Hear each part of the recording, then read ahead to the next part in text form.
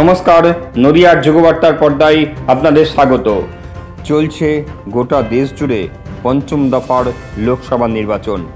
নদিয়ার কল্যাণী বিধানসভা এবং হরিণসভা বিধানসভায় আজ সকাল থেকেই শুরু হয়েছে ভোট গ্রহণ। কয়েকটি কেন্দ্রে ঘটে বিক্ষিপ্ত কিছু ঘটনা। বিজেপির অভিযোগ, তাদের কর্মী সমর্থকদের মারধর করা হয়েছে।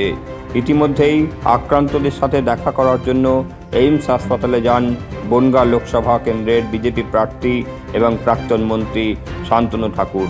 এবার বিজেপি কর্মীদের মারধরের ঘটনায় মুখ খুললেন কল্যাণী বিধানসভার বিধায়ক অম্বিকা রায়। ভয়ঙ্কর পরিস্থিতি, এখানে ভোট হয় না। ভোট মানেই তৃণমূলের হারমাত বাহিনী, বাইকার্স বাহিনী আগে দুদিন আগে থেকে বাইক নিয়ে সমস্ত জায়গায় তাণ্ডব চালায়। গয়েশপুরের কথা আমি অলরেডি এসপির কাছে লিখিত দিয়েছি এবং গতকাল আমি দেখাও করে এসেছি যে এখানে কিছু কিছু Trinamool with criminal antecedent heinous in nature, তারা এখানে পুরো তাণ্ডব করে বেড়াচ্ছে, ঘুরে বেড়াচ্ছে, থ্রেট করে বেড়াচ্ছে। তাদেরকে যদি আপনি প্রিভেন্টিভ মেজার্স নিয়ে তাদেরকে যদি না রেস্ট্রেন করেন, এটা কিন্তু গয়েশপুরে কিন্তু এই ধরনের ঘটনা ঘটবে। এবং তা সত্ত্বেও কিছু করেনি।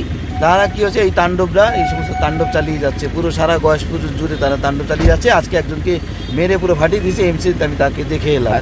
যেটা স্থিতি এখন একটু স্টেবল আছে, এখন একটু খুব ভয়ানক মেরেছে, বুকে বুকে পুরো পাজা একদম মানে ভেঙে দিয়েছে ওর। আর ও মণ্ডলের জিএস পুলিশের কাছে ইনফরমেশন রয়েছে এই ধরনের ক্রিমিনাল অ্যান্টিসিডেন্ট দৌরাত্ম্য করবে, তা সত্ত্বেও সে কি করে রোমিং ফ্রিলি বাইকার্সদের গ্যাং নিয়ে কি করে ঘুরে বেড়াচ্ছে, পুলিশ দেখছে না কেন? এসপির কাছে ইনফরমেশন রয়েছে, লিখিত কমপ্লেন দেওয়া রয়েছে।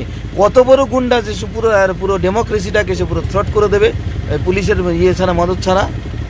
এবং সব জায়গায় ওইখানে আপনি চর কাঁসাপাড়া, শহীদপল্লী, চর কাঁসাপাড়ায় সমস্ত বুথ এজেন্টদেরকে মেরে পাঠিয়ে দিয়েছে। ওখানকার পঞ্চায়েতের পঙ্কজ সিং সমস্ত পুরো ক্রিমিনাল রেকর্ড, সমস্ত বালি চুরি করে থেকে সমস্ত কিছু করে।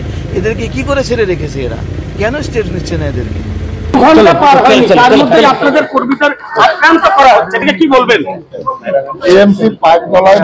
রেজাল্টটা দেখবেন যখন, তখন বুঝবেন।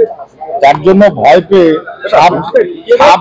সাপ যেমন ভয় পেয়ে ছবল দেয়, ওরাও ভয় পেয়ে ছবলটা দিচ্ছে।